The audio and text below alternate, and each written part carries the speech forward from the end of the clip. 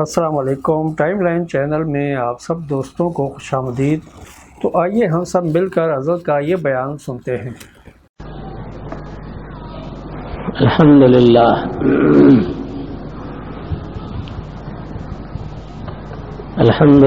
نحمده ونستعینه ونستغفره ونؤمن به ونتوکل علیہ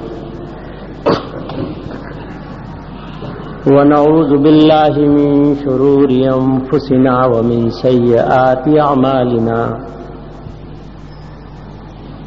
من يهده الله فلا مضل له ومن يضلله فلا هادي له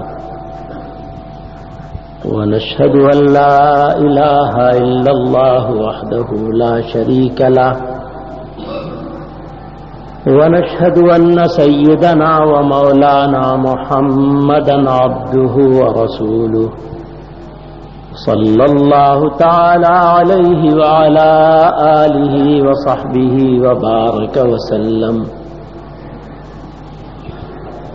قل إن صلاتي ونسكي ومحياي ومماتي لله رب العالمين۔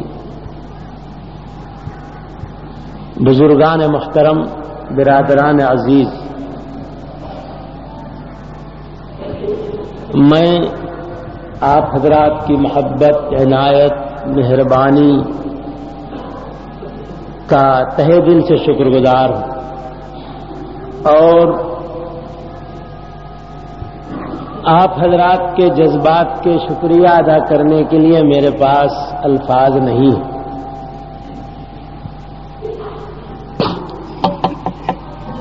میرے محترم بزرگوں،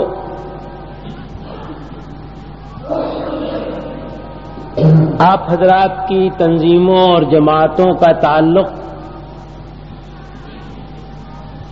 رسمیات اور ضوابط اور قواعد سے ہٹ کر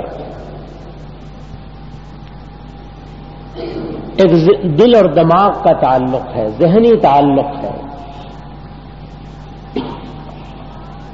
اور وہ تعلق یہ ہے کہ اللہ تعالی نے جن لوگوں کو اپنے اور اپنے دین کے لیے اپنے فضل و کرم سے قبول کیا اور توفیق عطا فرمائی ہے، اسی طبقے کے منتشر افراد ملک کے مختلف حصوں میں، 2 ملکوں میں، 4 ملکوں میں پائے جاتے ہیں۔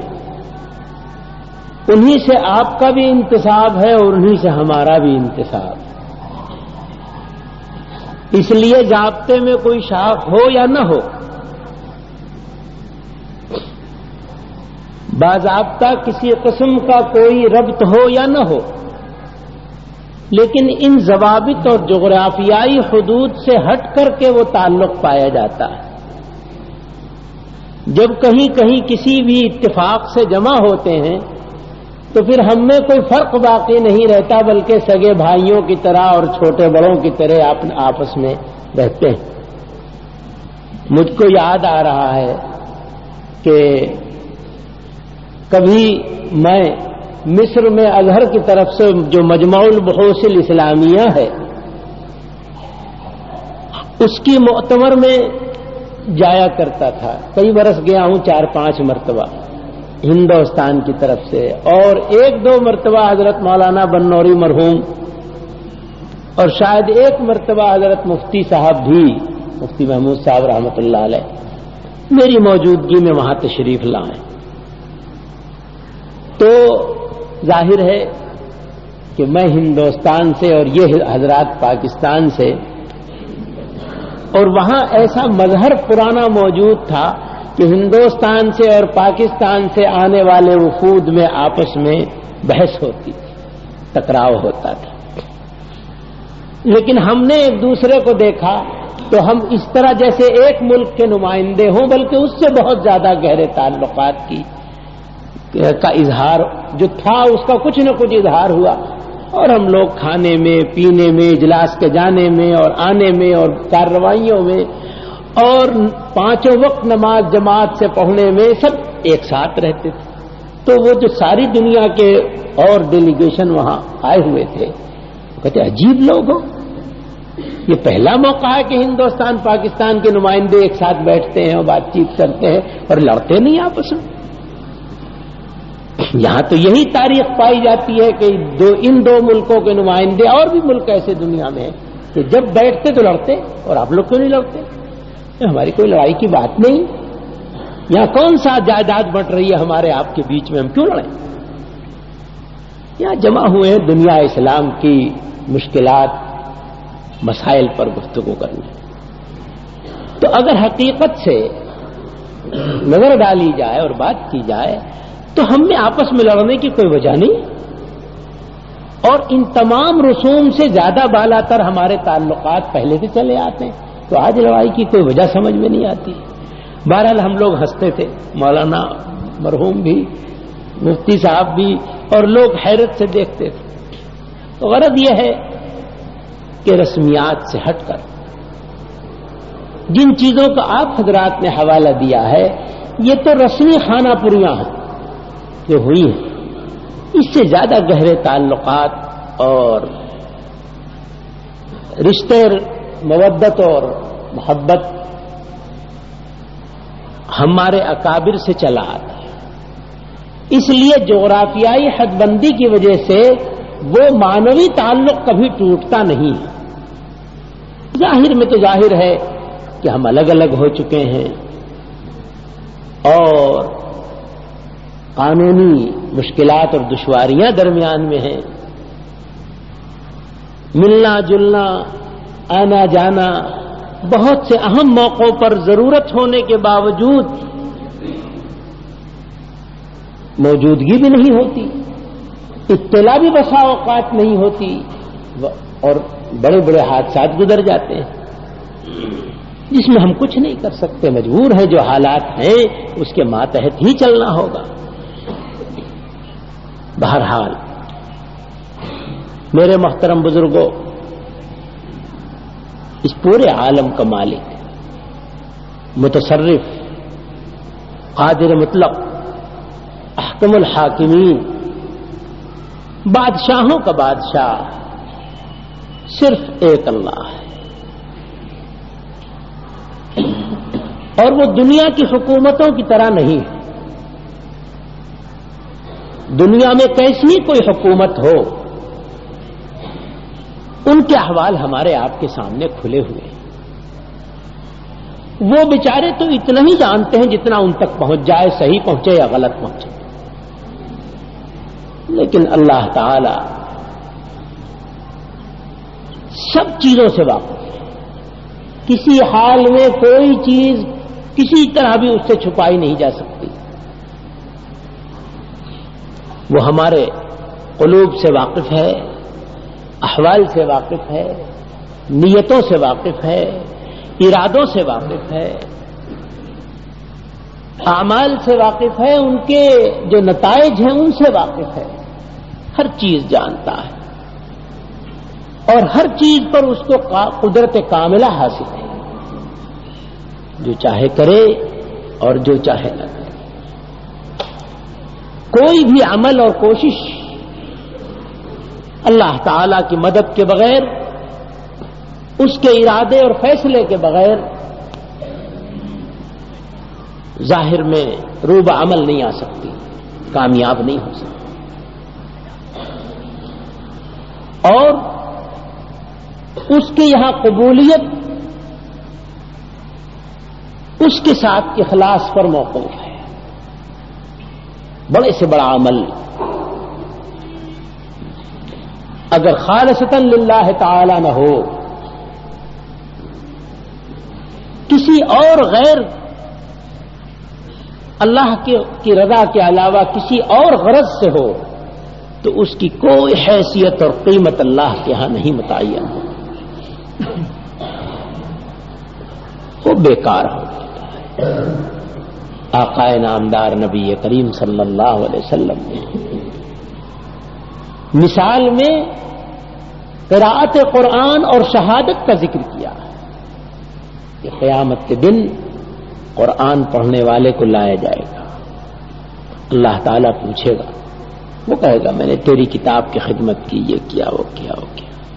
اللہ کہے گا نہیں، جھوٹا ہے، تو نے شہرت کے لیے کیا، وہ دنیا میں دے دی گئی.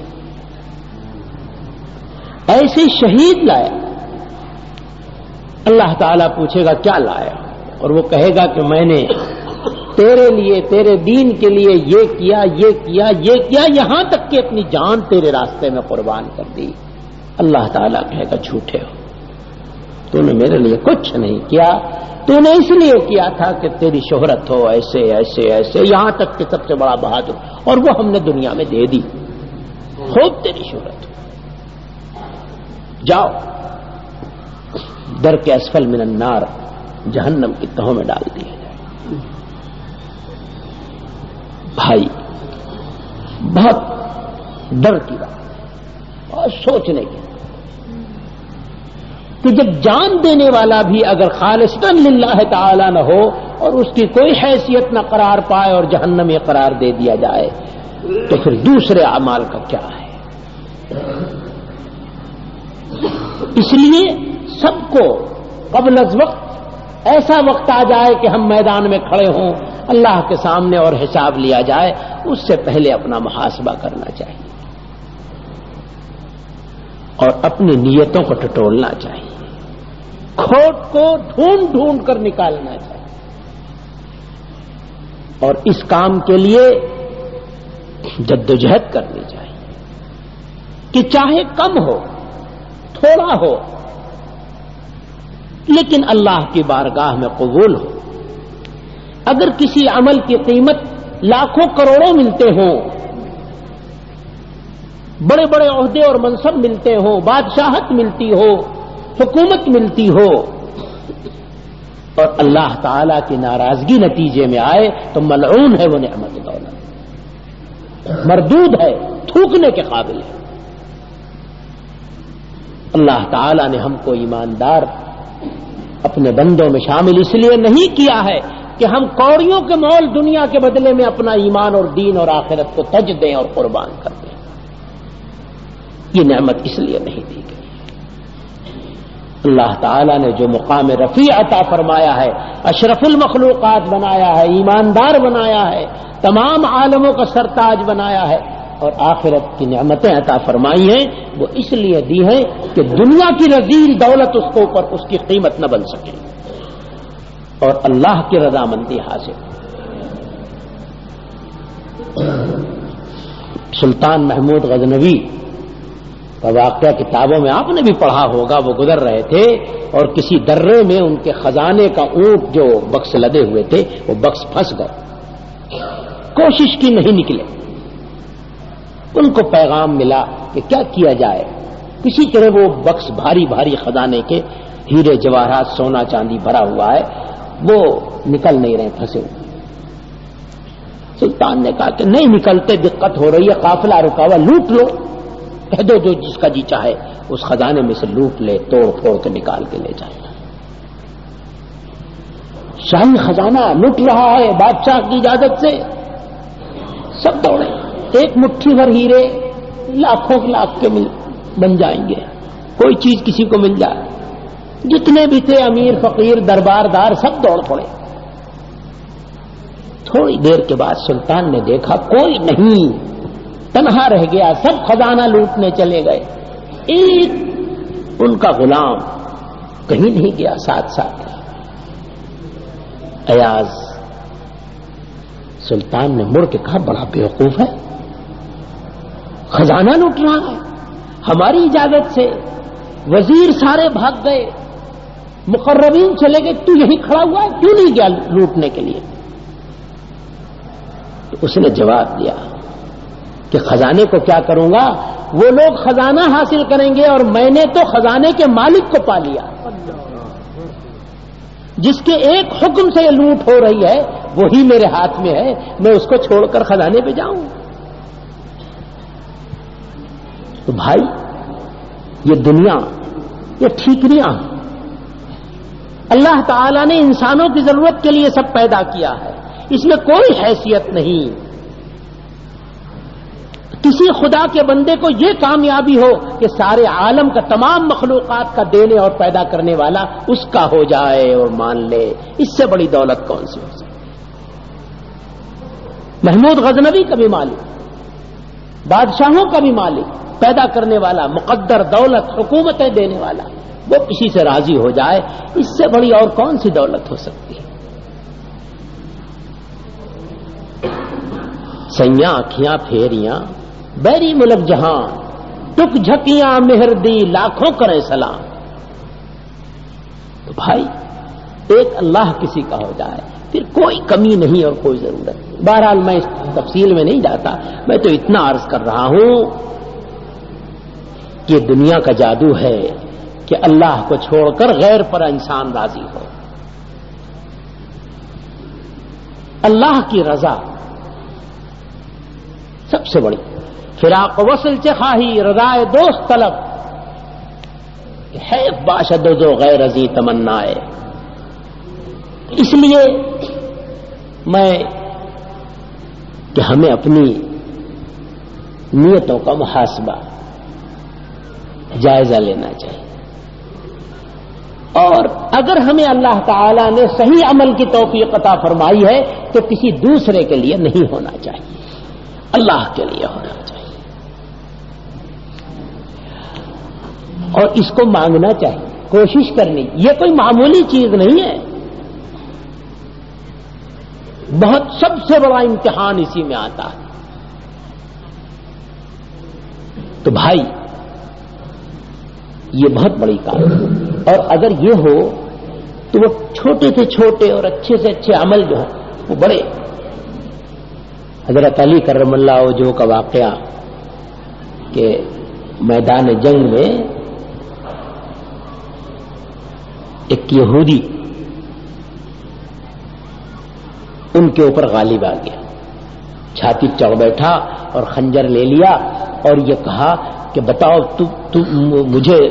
تمہیں مجھ سے کون بچا سکتا ہے؟ تو حضرت علی کرم اللہ وجہہ نے فرمایا کہ اللہ بچا سکتا ہے۔ بہرحال اچھا اللہ بچا لے گا مجھ سے؟ تھوڑی دیر کچھ اور کشمکش ہوئی اور حضرت علی کرم اللہ وجہہ اس کے اوپر غالب آ گئے اور خنجر اس سے چھین لیا، چھاتی چڑھ بیٹھے، الٹا ہو گیا معاملہ۔ تو حضرت علی کرم اللہ وجہہ نے پوچھا بتا اب تجھے مجھ سے کون بچا سکتا ہے؟ تو اس نے کہا کوئی نہیں بچا سکتا۔ اس کا تو عقیدہ تھا ہی نہیں، کافر تھا، اور اس نے مایوس ہو کر کے حضرت علی کرم اللہ وجہہ کے منہ پر تھوک دیا۔ جب اس نے تھوکا تو حضرت علی کرم اللہ وجہہ ہٹ گئے اور خنجر پھینک دیا۔ اس نے کہا عجیب بات ہے، میں نے تو اسی لیے کہ بھئی بچتا تو میں ہوں نہیں اور کچھ نہیں کر سکتا تو تھوک دیا آپ کے منہ پر، اور آپ تو مجھ پر غالب آ چکے تھے، میں تو کہہ رہا تھا مجھے کوئی نہیں بچا سکتا، تو آپ نے مجھ پر غالب ہونے کے باوجود بلا وجہ میں نے غلطی کی تھی، آپ کے ساتھ یہ معاملہ کیا تھا اور آپ پھر اس کے باوجود غالب ہو گئے اور آپ نے چھوڑ دیا۔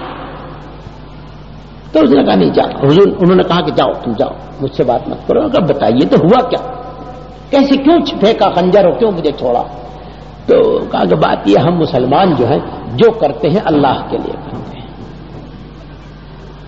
اور جب تو نے میرے منہ پر تھوکا تو میرے اس کوشش اور جدوجہد میں جو میں کر رہا تھا خدا کے ساتھ غصہ شامل ہو گیا، انتقام شامل ہو گیا، مجھے تجھ سے نفرت ہوئی اور جی چاہا کہ میں اس کی سزا دوں، تو نے میرے منہ پر تھوکا۔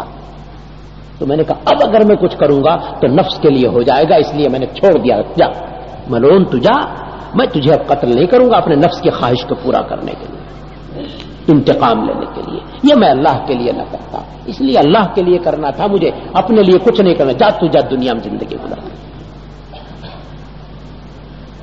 تو اس کافر یہودی کو جس نے زیادتی اور حملہ کیا تھا، لیکن جب ایسا وقت آیا کہ جب انتقام جذبہ اور اپنی خواہش شامل ہونے لگی تو حضرت علی کرم اللہ وجہہ نے ترک کر دیا کہ نہیں اب میں اس اپنے نفس کے لیے نہیں کروں۔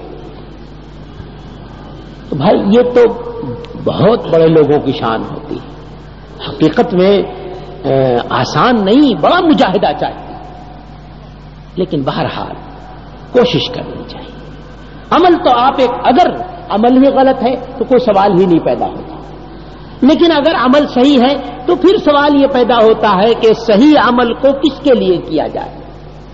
آیا نفس کے لیے، خواہشات کے لیے، اغیار کے لیے، کسی غیر کے لیے، یا اسی عمل کو خدا توفیق دے اور جدوجہد کیا جائے کہ یہ عمل اللہ کی بارگاہ میں قبول ہو جائے اور اللہ کے لیے کرنے کی توفیق عطا ہو.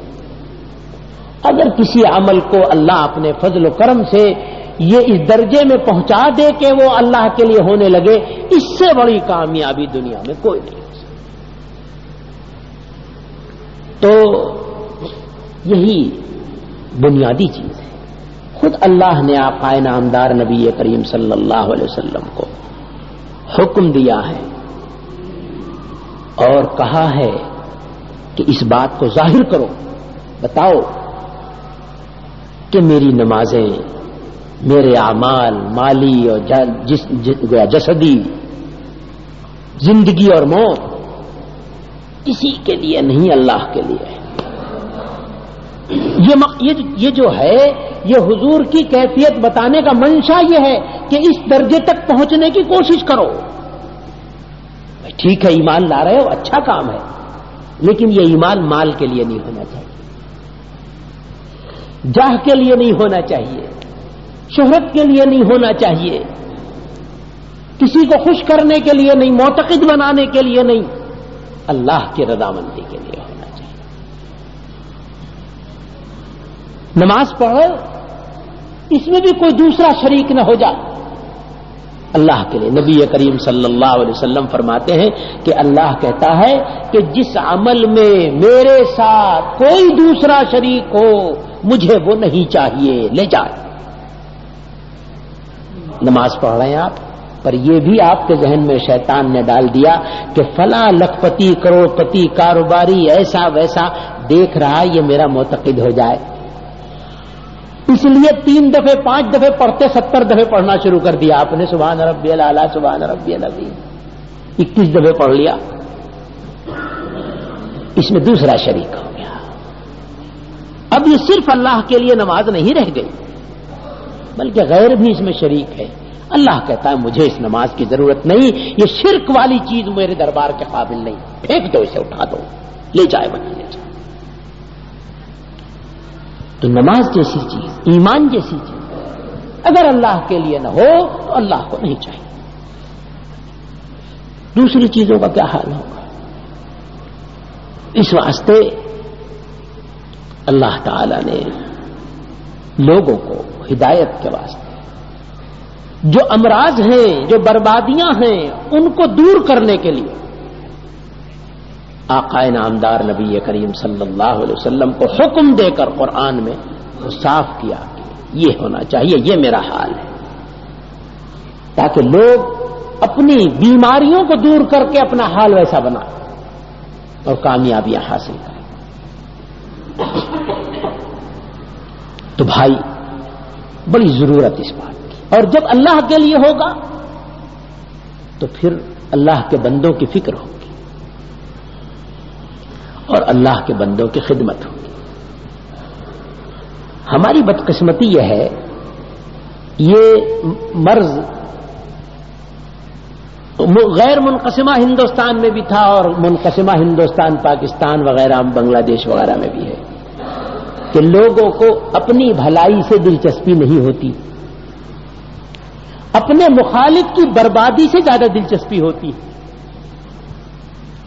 اگر مسلمانوں کے مجمع میں غیر مسلموں یا کوئی اور ٹکراؤ ہو، اس کو گالیاں دو اور گرم تقریر کرو اور خوب تو سینکڑوں مرنے مارنے والے تیار ہو جائیں گے. اور مسلمانوں کو کہو بھائی دیکھو تم میں جہالت ہے، اس کو دور کرنے کے لیے جمع ہو، ہم نے یہ جماعت بنائی ہے، ایسے ایسے کام کریں گے، دین کی بھی جہالت دور کرو، دنیا کی بھی جہالت دور کرو، یہ کرو وہ کرو، ایسا ویسا 70 باتیں آپ کہیں اور عملی تجربے بتائیں اور اس کے رستے اور ترکیبیں بتائیں اور کامیابیوں کی سہولتیں اور اس کے نتائج اچھے بتائیں اور سب کچھ کہیں اللہ کے بندوں کی خدمت کرو، آ جاؤ، تو لوگ کہیں گے بابا سبحان اللہ بہت اچھی بات ہے میاں صاحب، ہم تو جا رہے ہیں، جب فرصت ہوگی تب آئیں گے، اور انشاءاللہ برسوں میں نہیں آئیں گے. مثبت کام سے بھلائی کے کام سے، تعمیری کام سے لوگوں کو دلچسپی نہیں. منفی کام ہو، ایک دوسرے کی مخالفت اور موافقت، تو اس میں جان بھی لگائیں گے، وقت بھی لگائیں گے، دولت بھی لگائیں گے، جھگڑے بھی کریں گے اور فساد بھی کریں گے اور سب اکٹھے ہو جائیں گے. یہ سب ہوتا ہے. اچھا، اس سے کیا ہوگا؟ اس سے سوائے اس کے کہ بھئی آپ کی بربادی ہو نہ ہو، کسی آپ کے بھائی کی، کسی پڑوسی کی، کسی اور آدمی کی بربادی ہوگی، نقصان ہوگا، گھاٹا ہوگا، اور آپ کو خدا کے یہاں کیا جواب دینا ہوگا یہ تو پتہ نہیں. ہر کام کے اوپر موقوف ہے، خدا جانے کیا شکل بنے گی. لیکن اگر آپ مثبت کام پہ جمع ہوں اور کچھ لوگ جمع ہو کر تقسیم کار کریں، اللہ تعالی کی دی ہوئی صلاحیتوں اور طاقتوں کو صحیح طور پر ایک پروگرام بنا کر حسب استطاعت استعمال کریں تو سینکڑوں کی زندگی بن سکتی ہے، آخرت بن سکتی ہے، دنیا بن سکتی ہے، بھلائیاں حاصل ہو سکتی ہیں، فائدے ہو سکتے ہیں، نقصانوں سے بچ سکتے ہیں. یہ جذبہ لوگوں میں نہیں ہے. اگر کوئی مذاق اڑا سکتا ہے تو مذاق اڑائے گا، اور اگر مذاق نہیں اڑا سکتا تو زیادہ سے زیادہ اٹھ کے چلا جائے گا، اور اگر اس سے بہت کیا تو یہ کہیں گے ہاں صاحب خدا آپ کی مدد کرے، ہم تو جا رہے ہیں، ہمیں فرصت. یہ صورتحال ہے. یہ بہت بدنصیبی کی، مایوسی کی بات ہے. قوموں کی ترقی، مضبوطی، مضبوط بنیادیں، راہیں وہ تعمیری جدوجہد سے کھلتی ہیں. میں آپ کو ایک خراب فرقے کی مثال بتاؤں. دنیا میں یہودی بہت تھوڑے ہیں. ابھی تک اسرائیل میں بھی ان کی اکثریت نہیں ہے. اتنے تھوڑے ہیں کہ جو انہوں نے اپنے مذہب کے نام پر ساری دنیا میں ایک ملک بنایا ہے اور اتھاہ دولتیں اور وسائل خرچ کیے ہیں، اور ساری دنیا کے مسلمان آج اس کے مقابلے میں ذلیل اور رسوا بے حیثیت ہیں اور عاجز ہیں. اربوں کی دولتیں بیکار ہیں، کسی کام کی نہیں، سارے وسائل بیکار. اس کے باوجود وہ اسرائیل میں بھی اکثریت میں نہیں ہے، لیکن ان کے پاس علم ہے. وہ انتہائی عیار، مکار، خطرناک قوم ہے. تو آج وہ اپنی ہوشیاری اور مثبت کام کرنے کے نتیجے میں امریکہ کا مالک ہے. کوئی وہاں کا صدر یہودیوں کے سامنے حلف اٹھا کر وعدہ کیے بغیر الیکشن میں کامیاب نہیں ہو سکتا، جبکہ ان کے ووٹوں کی اکثریت نہیں ہے ان کے پاس. لیکن میجارٹی نہ ہوتے ہوئے بھی میرے خیال میں امریکہ میں وہ شاید 20 اور 25% کے لگ بھگ ہیں کل، اور 75% کے لیے وہ وعدہ نہیں کرتا، 70% کے لیے وعدہ نہیں کرتا، اور 25-20% کے لیے وعدہ کرتا ہے. تو جو صدر زیادہ وعدہ کرتا ہے وہ الیکشن میں کامیاب ہو جاتا ہے، صدر بن جاتا ہے، اور جو وعدہ نہیں کر سکتا وہ نہیں جیت سکتا، نہیں کامیاب ہو سکتا. صرف ان کے مثبت، انہوں نے انڈسٹری میں، انہوں نے بزنس میں، اور انہوں نے خاص طور پر مالی لین دین کے اداروں، بینکنگ سسٹم پر اور پریس پر امریکہ میں اور امریکہ کے ذریعے سے ساری دنیا میں قبضہ کر رکھا ہے. جو ان کی سینٹرل پالیسی ہوتی ہے اسی کے مطابق ساری دنیا میں خبر گڑھ کے اور نشر کی جاتی ہے، اور اس کے خلاف کسی خبر کو انٹرنیشنل پریس میں جگہ ملنی تقریباً ناممکن ہے. اتنا ہولڈ ہے بالواسطہ اور بلا واسطہ قبضے اور کام کے نتیجے میں. آپ سوچئے کہ جو قوم 40 سال پہلے اپنی جان امریکہ میں وہی جرمنی میں نہیں بچا سکتی تھی، آج ساری دنیا پر اس کا قبضہ ہے. غیر محسوس طریقے سے، اور سب جگہ اس کا دخل ہے. چھوٹی سی ایک جماعت ہے، تو مثبت طور پر کام کرنا اور عقل اور علم کو کام میں لانا یہ دنیا میں بہت بڑے بڑے انقلابات لاتا ہے. چند افراد، چھوٹی چھوٹی جماعتیں بڑے بڑے کام کر گزرتی ہیں. لیکن بات یہ ہے کہ تعمیری کام میں جوش اور نمائش نہیں ہے. یہ دو چیزوں کی کمی ہے. جوش سے ہٹنا پڑے گا، نمائش سے پیچھے جانا پڑے گا، اور سب کام کر لو. بدقسمتی سے مسلمان کا مزاج یہ ہے کہ نمائش کرو چاہے 100 سال پیچھے ہٹ جاؤ، اور جوش کے خلاف بات نہ کہو چاہے بربادی آ جائے. اگر جوش کے خلاف کوئی سنجیدہ بات سمجھانا چاہے تو غدار سے کم اس کو خطاب نہیں ملے گا. پہلا خطاب تو مسلمان ہی دیتا ہے. اور اگر آپ یہ چاہیں کہ جناب نمائش سے، تو بڑے سے بڑا مخلص آدمی نمائش سے ہٹنے کو تیار نہیں ہوگا. یہ قربانی کہ نمائش نہ ہو چاہے مسلمانوں کے سینکڑوں کام ہو، جب اس کسوٹی پہ آپ کسیں گے تو زبان سے کوئی کہے نہ کہے پر ہٹنے کو تیار نہیں ہوگا. مسلمان قوم مرے مٹے، ہمیں تو نمائش چاہیے. یہ ہماری بیماریاں ہیں، نیشنل قومی بیماریاں، اور اس نے مسلمانوں کو 50 سال پیچھے دھکیلا.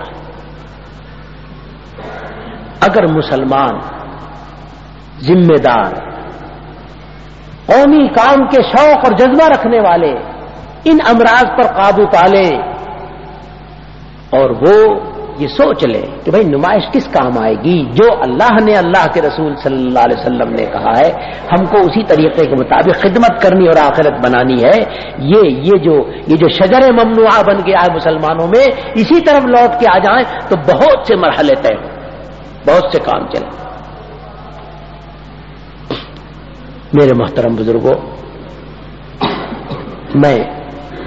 مجھے کچھ ذرا ڈر لگتا ہے، شرم آتی ہے، لیکن پھر بھی میں کہنا چاہتا ہوں صرف اس لیے کہ آپ حضرات نے مجھے المستشار و مؤتمن، جسے آپ بٹھائیں کچھ کہنے کے لیے، وہ امین ہے، اس کی ذمہ داری ہے کہ وہ صحیح بات کہے، چاہے آپ کو کڑوی لگے چاہے میٹھی لگے. تو میں یہ بات کہنا چاہتا ہوں کہ جمعیت علماء ہند کا تو کم سے کم یہی سرمایہ رہا ہے. آپ وہ دور یاد کیجئے کہ مسلمان خلافت کے دور کے لگ بھگ جمعیت علماء کے لیڈروں کے ہاتھ میں سارے ملک میں تھا. کیوں بھائی؟ جو بوڑھے ہوں وہ انہیں یاد ہوگا، سارے ملک میں مٹھی میں تھا مسلمان. اور ان لوگوں نے وہ طریقے نہیں اختیار کیے جانتے بوجھتے جن طریقوں سے قبضہ رکھا جا سکتا تھا، اور یہ کہا نہیں ان اجریہ الا علی اللہ، ہمارا تو سب کچھ اللہ سے متعلق ہے، ہم تو ایک ہی سیدھے سادھے راستے پر چلیں گے. نتیجہ یہ ہوا کہ قوم نکل گئی، اور 45 46 47 آپ حضرات کے علم میں ہے، میں دہرانا نہیں چاہتا، سب کچھ دور گزرے. اس کے بعد یہاں کی تو بات آپ جانیں، میں اس تفصیل میں نہیں جاتا، لیکن ہندوستان میں بدقسمتی سے وہ وقت آیا کہ کسی عقل مند کی سمجھ میں نہیں آتا تھا کہ یہاں اسلام رہ سکتا ہے اور مسلمان رہ سکتے ہیں. عقلیں بیکار ہوں گی، اور اگر مسلمان رہیں تو باعزت مقام ان کو مل سکتا ہے. یہ تینوں مرحلے ہر مسلمان تعلیم یافتہ، سنجیدہ، سیاسی غیر سیاسی حالات سے واقف، تینوں چیزیں لوگوں کو ناممکن نظر آتی تھی.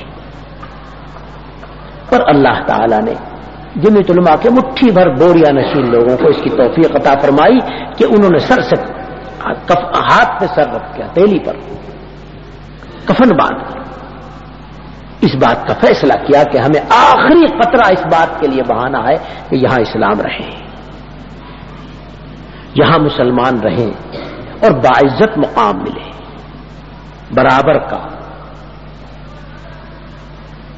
اللہ کا یہ فضل ہے، اس کا احسان ہے، اس کی مہربانی ہے کہ اللہ تعالی نے کامیابی عطا فرمائی۔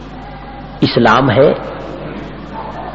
آج تو ساری دنیا مانتی ہے، پہلے تو ہم لوگوں کے اسلام کا انکار کیا گیا تھا باضابطہ ساری دنیا میں، اور یہ کہتے تھے کوئی مسلمان ہندوستان میں نہیں، یہ جو مسلمان حج کو بھی جاتے ہیں یہ کرائے کے ہندو کافر ہیں، یہ کہا گیا۔ لیکن آج اللہ کا فضل ہے کہ ہندوستانی مسلمانوں کا اقرار ساری دنیا میں کیا جاتا ہے کہ بے شک وہاں مسلمان ہیں۔ اور دوسری بات یہ ہے کہ میں صاف کہنا چاہتا ہوں، الحمدللہ دنیا میں ایسے مسلمان پختہ اسلام میں نہیں جیسے آج بھی اللہ کے فضل میں ہندوستان میں، انہیں اسلام عزیز ہے، اسلام کے خلاف کسی قسم کی کوئی بات کر کے نکل کے نہیں جا سکتا، اللہ کا فضل ہے۔ میں مثال میں کہوں، جو تعلیمی ادارے مسلمانوں کے ایسے تھے کہ تقسیم سے پہلے وہاں اللہ کا مذاق اڑایا جاتا تھا، دین کا مذاق اڑایا جاتا تھا، کوئی مانے چاہے نہ مانے، لیکن کسی کی یہ ہمت نہیں ہے کہ ان تعلیمی اداروں میں بھی آج اسلام کا مذاق اڑا کے کوئی نکل جائے، یہ نہیں ہو سکتا۔ آج ان اداروں میں، تعلیمی اداروں میں، دنیاوی تعلیم کے اداروں میں جماعت سے نمازیں ہوتی ہیں، اور جہاں 3 نمازی مشکل سے ہوا کرتے تھے وہاں 5-5 7-7 صفحے نماز میں جماعت نہ ہوتی، اللہ کا فضل ہے۔ تو خیر بہرحال میں کسی اور وجہ سے نہیں، اللہ کا فضل ہے کہ ہندوستانی مسلمان مذہب کے اعتبار سے بحمدللہ ترقی پر ہے، تنزل پہ نہیں۔ میں اس کی تفصیل میں نہیں جاتا، مدارس کو گناؤں، مکاتب کو گناؤں، مساجد کو گناؤں، نہیں، مجھے ضرورت نہیں، میں تو مجمل ایک بات کرتا ہوں۔ اسی طریقے سے اللہ کا فضل ہے کہ مسلمان ہے، جن صوبوں میں اللہ نے اپنے فضل سے بچائے رکھا اور کچھ نہیں، زیادہ نہیں ہوا، کم و بیش، وہ تو الگ ہے، جن میں سب کچھ ہوا وہاں بھی ہے۔ مثلا آپ کے پاکستان کی سرحد سے متصل مشرقی پنجاب ہے، وہاں تو کمپلسری ایکسچینج آف پاپولیشن ہوا، تبادلہ آبادی فوج کے ذریعے سے زبردستی، وہاں بھی 10-12 لاکھ مسلمان الحمدللہ موجود ہیں۔ اسی طریقے سے دلی ہے، آج دلی میں کم سے کم 6-7 لاکھ مسلمان موجود ہیں، جو عظیم تر دلی بنی ہے اس میں اللہ کا فضل ہے۔ اسی طرح مجموعی طور پر 4.5 کروڑ آزادی کے وقت کہے جاتے تھے، 1 کروڑ کا تبادلہ آبادی ہوا، 3.5 کروڑ لگ بھگ۔ الحمدللہ آج کسی کی ہمت نہیں جو 10 کروڑ سے کم کہے ہندوستان میں مسلمان۔ 10 کروڑ سے کتنے زیادہ ہیں یہ تو خیر دوسری بات ہے، ہم نہیں کہہ سکتے، لیکن 10 کروڑ سے زیادہ ضرور ہے۔ مجھ سے تو 10 کروڑ سے زیادہ صدر جمہوریہ جو موجودہ ہیں انہوں نے اقرار کیا۔ ہمارے ہاں جو محل ہے صدارت جمہوریہ کا، اسے راشٹرپتی بھون کہتے ہیں، اس میں ذیل سنگھ نے خود مجھ سے کہا کہ مسلمان 10 کروڑ سے زیادہ ہیں، اور وہ ہوم منسٹر تھے تو 80 کا کیا یہ ہوا تھا سنسس، جنوری 80 میں، اس لیے میں ان کے بات کو سند کہتا ہوں۔ اسی طریقے سے ہندوستانی مسلمان الحمدللہ برابر کا درجہ رکھتا ہے ملک میں، جو کسی اور کا درجہ ہے ہندوستانی مسلمان کا کوئی کم درجہ نہیں۔ ہاں یہ بات ضرور ہے کہ ہندوستانی مسلمان مظلوم ہے، فسادات ہیں، امتیاز ہے، گڑبڑ ہے، اور طرح طرح کی مصیبتیں ہیں، جان کو، مال کو، لیکن ہمارا دستور، ہمارے حقوق برابر ہے، اور ہم اس کا مظاہرہ بھی کرتے رہتے ہیں الحمدللہ۔ تو ہندوستانی مسلمان اللہ کا فضل ہے، پست ہمت نہیں۔ ہم دو ٹوک یہ بات برملا کہتے ہیں اور اس کا مظاہرہ کرتے ہیں کہ جب جی چاہے ملک کے اندر فوج و پولیس کو ہٹا دو، 2 گھنٹے ملک کے نقشے کو بدلنے کے لیے کافی ہے۔ زیادہ ضرورت نہیں. ہمارے پاس کوئی ایسی آرگنائزیشن اور قوت نہیں ہے کہ ہم فوج کو زیر کر کے ملک میں تہوبالا کر دیں. ایسی حالت تو ہماری نہیں ہے. لیکن اگر فوج اور پولیس ہٹ جائے اور پھر جس کا جی چاہے مائی کلال سامنے آ جائے, پھر دیکھ لیں گے انشاءاللہ جو کیا ہوتا ہے کیا نہیں. اور بحمداللہ ملک کے اندر کوئی مقام نہیں ہے. ایسا ہوا ہے, بار بار ہوا ہے کہ جب فسادیوں نے کوئی صورت نہیں اور افسران ذرا ایماندار ہوئے اور انہوں نے دیکھا کہ یہ مانتے نہیں ہیں, وہ کہا اچھا ہم جاتے ہیں, تم اور مسلمان نمٹتے رہو. بس اسی وقت فسادی پسپا ہوتے چلے. پھر اس منٹ کی ضرورت نہیں پڑی کہ پولیس اور فوج ہٹ کے جائے, بلکہ یہ کہنا ہی ان کے لیے کافی ہے. اور 9-2-11 الحمدللہ اس پوزیشن میں. کہیں کہیں ابھی جو ہندوستان میں گڑبڑ ہوئی ہے سکھوں کے خلاف, بیچاروں کے خلاف بڑا زبردست, 2.5 دن تک, 2.25 دن تک, تو کہیں کہیں کسی نے پرائیویٹ مجلس میں یہ بھی کہا ماں بہن کی گالیاں دے کر کہ تم تو ہیج رہے ہو, اگر اتنا موقع مسلمانوں کو ملتا تو تمہیں سب کو گاؤں تم سے خالی کروا لیتے جتنا تمہیں اس وقت. تو بھائی میں کوئی فخر کے انداز میں نہیں کہتا ہوں, اللہ کا فضل ہے, اللہ تعالیٰ اور فضل فرمائے, ہماری کیا حیثیت ہے. لیکن بہرحال ہم ہیں اور برابر کے مقام میں. اللہ نے اپنے فضل و کرم سے ان تینوں چیزوں میں کامیابی عطا فرمائی. بے شک مظلوم ہے اور ہمیں معلوم ہے کہ ہم کیوں مظلوم ہیں. یہ بات نہیں کہ ہم جاہل ہیں, احمق ہیں, سمجھتے نہیں ہم کیوں مظلوم ہیں. ہم اسے سمجھتے ہیں خوب اچھی طرح, پر ہماری مجبوری یہ ہے کہ ہم جو سمجھتے ہیں اس چیز کو ہم ہٹا نہیں سکتے.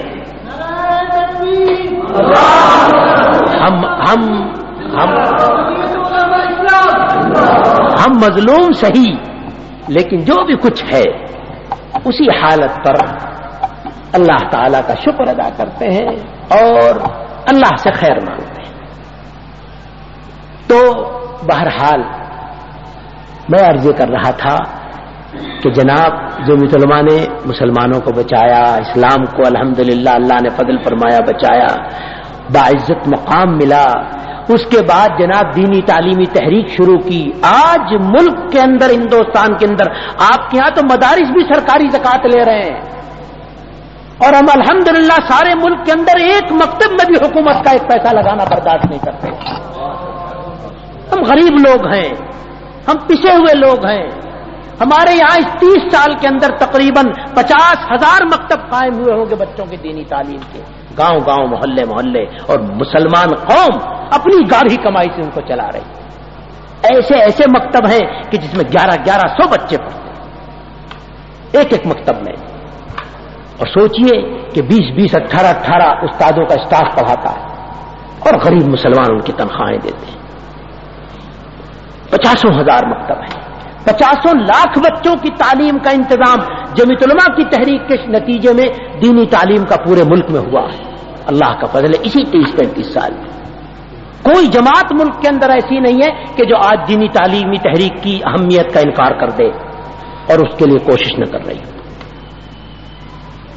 اسی طریقے سے فسادات, 47 کے فسادات کے نتیجے میں جمعیت علماء نے تقریباً 1400 ایسی لڑکیوں کو جو غنڈے اغوا کر کے لے گئے تھے اور پتہ چلا تو بائی فورس نکال کر کے اور ان کی تربیت کر کے اور ان کو حالات کو درست کر کے اور اسلام پر ان کا عقیدہ اور زندگی جمع کر کے ان کے ورثہ کو دیا, پہنچایا, یہاں پاکستان تک پہنچایا بعض لڑکی. اسی طرح دونوں ملکوں میں بھی کوئی پراپرٹی ایکٹ لگا اور ہندوستانی مسلمان سب کے سب معلوم ہوتا تھا کہ بے جائیداد زمین کے رکھے. تنہا جمعیت علماء تھی جس کے دفتر میں سارے ملک سے میمورنڈم, ٹیلی فون, ٹیلی گرام, اور جمعیت علماء نے اپنے تمام ورکروں کو, دفتروں کو, شاخوں کو, سب کو جھونک دیا اس کے مقابلے. اس قانون میں ترمیم کرائی 2 مرتبہ. سب سے بڑے کسٹوڈین جنرل سندھی اچھرو رام, اس کو پوسٹ سے ہٹایا, کسٹوڈین جنرل کی پوسٹ سے. اور پھر کروڑوں روپے, اربوں روپے کی مسلمانوں کی جائیدادیں جو ظلمن چھن گئی تھی واپس دلائی مسلمانوں. اللہ کا فضل و کرم ہے. اسی طرح وقف کا قانون ہے اور دوسرے کام، لیکن یہ ساری خدمتیں ہوتی چلی گئی اور ایک کتاب چانو چھاپ کر مسلمانوں میں تقسیم کیا. کوئی خدمت کی ہے کسی جماعت کے جھولی میں ان ہزاروں قسم کی خدمتوں میں سے اگر چوتھائی بھی پڑی رہ گئی تو اس نے گا گا کے چھاپ چھاپ کے تقسیم کر کر کے چندے جمع کر کے کہیں سے کہیں اپنے آپ کو پہنچا دیا اور جمعیت علماء کرتی چلی گئی اور کچھ ذکر نہیں. اگر آج آپ جمعیت علماء کے دفتر میں ان چیزوں کا مرتب ریکارڈ بھی دیکھنا چاہیں تو وہ بھی نہیں ملے گا. پر نیکی کر کنویں میں ڈال، نیکی کر کنویں میں ڈال، نیکی کر کنویں میں ڈال کرتے چلے گا. یہی ہمارے اکابر کی تاریخ رہی ہے. میرا مطلب یہ نہیں ہے کہ میں آپ سے کہتا ہوں کہ آپ بھی کنویں میں ضرور ڈالتے رہیے، کنویں میں ضرور چاہے ڈالیے چاہے نہ ڈالیے، نیکیاں کیجیے، بھلائیاں کیجیے، تعمیری کام کیجیے. جمعیت علماء نے جہاں فسادات میں اور دوسرے موقعوں پر اور سینکڑوں قسم کے کام کیے، وہیں قوم کی تربیت کے لیے 3 دن صرف کر کے پوری آل انڈیا، آپ کے یہاں مجلس عمومی کہتے ہیں، ہمارے یہاں منتظمہ کہتے ہیں، ان سب کو بلا کر کے اور بیٹھ کر کے تعمیری پروگرام طے کیا. بھائی مسلمانوں میں کیا کیا خرابیاں اور کمزوریاں ہیں، کس کس لائن میں کام ہونا چاہیے. تو تعلیم میں، اور اس تعلیم میں مدارس بھی، مکاتب بھی، اسکول بھی، کالجز بھی، اور اسی طریقے سے ٹیکنیکل اسکول بھی وغیرہ وغیرہ، آئی ٹی او وغیرہ وغیرہ، سب کے سب، پولی ٹیکنک وغیرہ. اس کے لیے فن قائم کرنا، اس کے لیے وظیفے دینا، اس کے لیے کتابیں مہیا، تمام تفصیلی ایک موضوع میں تعلیم. اسی طریقے سے دوسری سماجی اصلاح. مسلمانوں میں معاشرتی خرابیاں ہیں، رسوم ہیں، خرافات ہیں، فضول خرچیاں ہیں، شراب ہے، جوا ہے، زنا ہے، بد اخلاقیاں ہیں، بد کرداریاں ہیں، فضول اسراف ہے، شادی کی رسوم ہیں اور دوسری مختلف قسم کی. ان سب کی اصلاح کے لیے پنچایتیں بلاؤ، اصلاح کی کوشش کرو، خوشامد کرو، بائیکاٹ کرو، جس طرح ہو سکے مسلمانوں کو سنبھالو. ہمارے یہاں ہندوؤں کو دیکھ دیکھ کر مسلمانوں میں تلک کی ایک رسم ہے، حیدرآباد میں بھی ہے اور بہار میں بھی ہے اور بنگال میں بھی ہے. اس کے خلاف کمیٹیاں قائم کرنا، بائیکاٹ کرنا، مختلف قسم کے تاوان دینا، شادیوں میں شرکت نہ کرنا وغیرہ وغیرہ، ان سب چیزوں کے لیے تحریک ہم لوگ الحمدللہ چلا رہے ہیں. اور اس کے خلاف کھل کے کہتے ہیں کہ یہ کافروں کا عمل ہے، کافرانہ عمل ہے. اور یہی نتیجہ ہے جس کے نتیجے میں انہی ایسی چیزوں کے نتیجے میں بعد البنات آیا تھا اور آ سکتا ہے. اس لیے مسلمانوں کا فرض ہے کہ اس کے خلاف شریعت کی زبان میں بھی کہتے ہیں اور تحریک کی زبان میں بھی بولتے ہیں اور اس کے خلاف عمل کرتے ہیں، اصلاح کی کوشش کرتے ہیں. میں اس تفصیل میں نہیں جاتا، لیکن سینکڑوں چیزیں ہیں جو بیماریاں ہیں جن کی اصلاح کی ضرورت ہے اور اس کے لیے کوئی جدوجہد نہیں ہمارے یہاں الحمدللہ ہے. اسی طریقے سے تیسری چیز دینی اصلاح. مسلمانوں کی آبادی ہے، مسجدیں بنی ہوئی ہیں اور 2% نمازی نہیں، اور جو نمازی ہیں انہیں وضو نہیں آتی، انہیں نماز کے مسئلے معلوم نہیں، انہیں حرام حلال کی تمیز نہیں، جانتے نہیں، ذبیحہ ضروری ہے یا نہیں. جس چائے ہوٹل میں چلے گئے ایجوکیٹڈ لوگ ہیں اور جناب کھا رہے ہیں، حرام کھا رہے ہیں. تو کسی سے پوچھو تو کہتے ہیں بسم اللہ پڑھ لینا کافی. ارے کمبخت، سور پہ بسم اللہ پڑھنے سے حلال ہو جائے گا؟ کیا کر رہا ہے تو؟ سوچ تو صحیح. اس لیے دینی حلقے، قرآن کریم کی تفسیر ہے، احادیث ہیں، مسائل ہیں، صحیح تاریخ ہے، واقعات ہیں، ان کا جو جو سامان ہو سکتے ہیں لائبریریاں کیجیے، کتابیں رکھیے. نماز کے بعد ہفتے میں 1 دن 2 روزانہ 5 منٹ 10 منٹ مسائل بتائیے، واقفیت کیجیے، دینی معلومات کا حلقہ بڑھائیے، لوگوں کو نماز وغیرہ میں ترغیب دیجیے. دینی حلقے بہت سے کام ہیں اس میں. چوتھی چیز ہے اقتصادی. یہ 4 پروگرام ہیں. اقتصادی میں ساری چیزیں آتی، معلومات دیجیے، ان کے لیے ٹیکنیکل ایجوکیشن کے سامان فراہم کیجیے، کوآپریٹو سوسائٹیاں بنوائیے، فنڈز قائم کیجیے، مدد کیجیے. زکوٰۃ سے بیواؤں کو، لڑکیوں کی شادی کے لیے، تجارت کے لیے امداد، سردی کے زمانے میں کپڑے، جو بھی کچھ جو پروگرام ہو سکتا ہے وہ سب کیجیے. اسی طرح ہم نے الحمدللہ تجربہ کیا ہے. حضرت رحمۃ اللہ علیہ نے نوجوانوں کو ہندوستان میں، غیر منقسمہ ہندوستان میں مختلف مقامات پر فنڈ قائم کرنے کے مشورے دیے، اس کی تفصیلی اسکیم بنا کر دی تھی، کئی جگہ قائم ہوا، ختم ہو گیا۔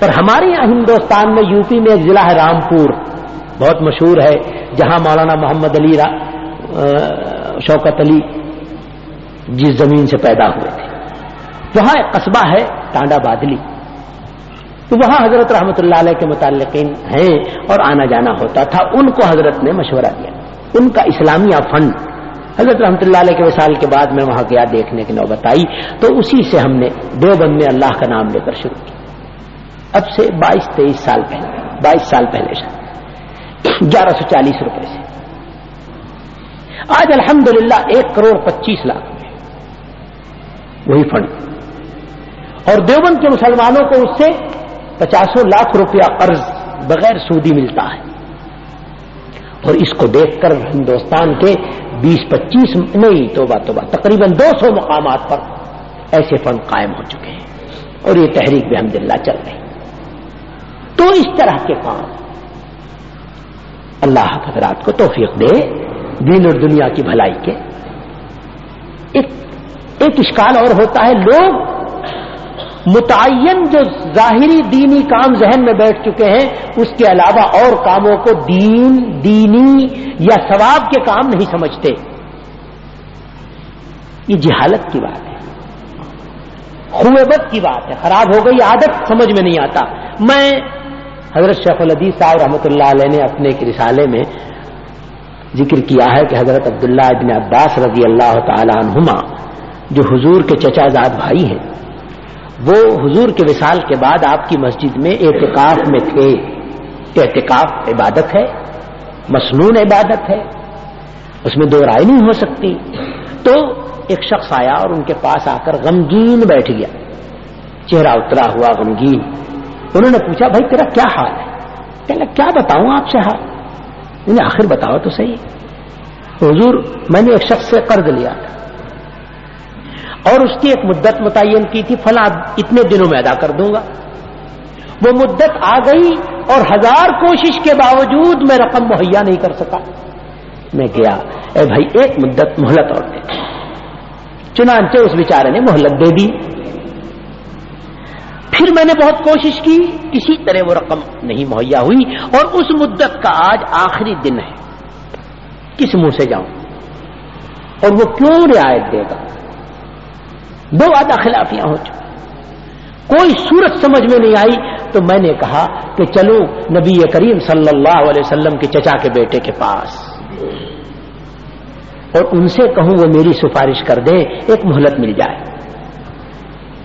اسی لیے جب کوئی رستہ سب بند تھے تو مجبور و مایوس ہو کر آپ کی خدمت میں آیا تھا۔ مجھے کیا خبر تھی، بدقسمتی کہ آپ اس حال میں ہیں، اعتکاف میں مسجد سے باہر نہیں جا سکتے، اب کہاں جاؤں؟ اسی غم میں بیٹھا ہوں کہ تباہ ہو گیا، کوئی رستہ نہیں۔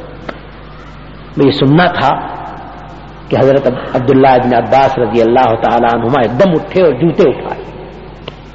یہ گھبرا کے بولا کہ آپ کو خیال نہیں آپ کس حال میں، بھول گئے اپنے اعتکاف کو؟ وہ کہا نہیں بھولا نہیں، لیکن میں نے جن کی مسجد میں ہوں یہ صاحب قبر نبی کریم صلی اللہ علیہ وسلم، ان سے سنا ہے کہ اگر کسی مسلمان کی مصیبت دور کرنے کے لیے اعتکاف توڑے تو زیادہ ثواب ملے گا، تو تیری اس پریشانی کو دور کرنے کے لیے میں اعتکاف توڑ کر کے جا رہا ہوں سفارش کرنے۔ بتائیے حضرت عبداللہ ابن عباس رضی اللہ تعالی عنہما، اور اعتکاف جیسی عبادت اور صرف وعدہ خلافی کی معافی، ایک مہلت مانگنا جیسی چیز، اس کو بلا کے بھی کہہ سکتے تھے، اچھا جا میں فلاں کو بھیجتا ہوں، بلواتا ہوں، سفارش کروں گا، کر سکتے تھے کہ نہیں؟ لیکن وہ کام ضرور ہو جائے اور پورا بوجھ پڑ جائے اور یہ مصیبت دور ہو جائے، اس کے لیے اعتکاف توڑنے جا رہے ہیں، اور کہتے ہیں نبی کریم صلی اللہ علیہ وسلم سے میں نے سنا۔ تو آپ کو یہ دنیا کے کام نظر آتے ہیں؟ کتنی تنگ نظری کی بات ہے، کتنی جہالت کی بات ہے۔ کسی غریب مسلمان مظلوم پریشان حال لوگوں کی، کسی شخص کی کسی مصیبت کو دور کرنا آپ کوئی حیثیت نہیں سمجھتے، دین نہیں سمجھتے، اس طرح کیسے کام چل سکتا ہے؟ بہت بڑی جہالت ہے۔ تو میرے محترم بزرگوں، میں نے بہت آپ کا وقت لے لیا، جمعہ کا دن ہے، یہ سارے میرے منتظم جو ہیں یہ سب مجھ پہ خفا ہوں گے کہ اس نے اتنی لمبی چوڑی بات کہہ دی۔ بہرحال میں یہی بات عرض کرنا چاہتا تھا کہ آپ حضرات کو خدمت کرنی چاہیے، جو اللہ توفیق دے، اور اللہ کے لیے کرنی چاہیے۔ ٹھیک ہے، میں اس کا مخالف نہیں ہوں، اس کی نشریات بھی کیجیے، لیکن مقصد وہی ہو کہ اللہ تعالی ہمیں آپ کو سب کو، میں پھر آپ حضرات کی مہربانی عنایت نوازش کا تہ دل سے شکر گزار ہوں۔ اور ایک بات اور کہنا چاہتا ہوں کہ بھئی جب ایک ہی قافلے کے اور ایک ہی کام کرنے والے لوگ ہوں تو پھر آپس میں جدا جدا ہونے کے بجائے کوشش کرو مل کے کام کریں۔ وآخر دعوانا یہ دعا اور بھی تو کوئی کرائے، میں نے تو اتنی تقریر کی، کم ہے؟ ہاں یہ تو ابھی کبھی کی، اور کیا؟ تو آپ حضرات کوئی دعا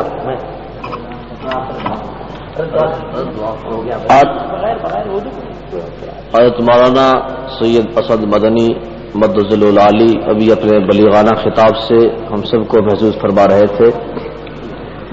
آپ سب دوستوں سے گزارش ہے کہ ہمارے اس چینل کے ساتھ جڑے رہیں اور ان علماء کرام کے بیانات کو آگے بھی شیئر کریں۔ آپ سب دوستوں کا بہت شکریہ۔ ملتے ہیں ایک نئی ویڈیو کے ساتھ، تب تک کے لیے اللہ حافظ۔ پاکستان پائندہ باد۔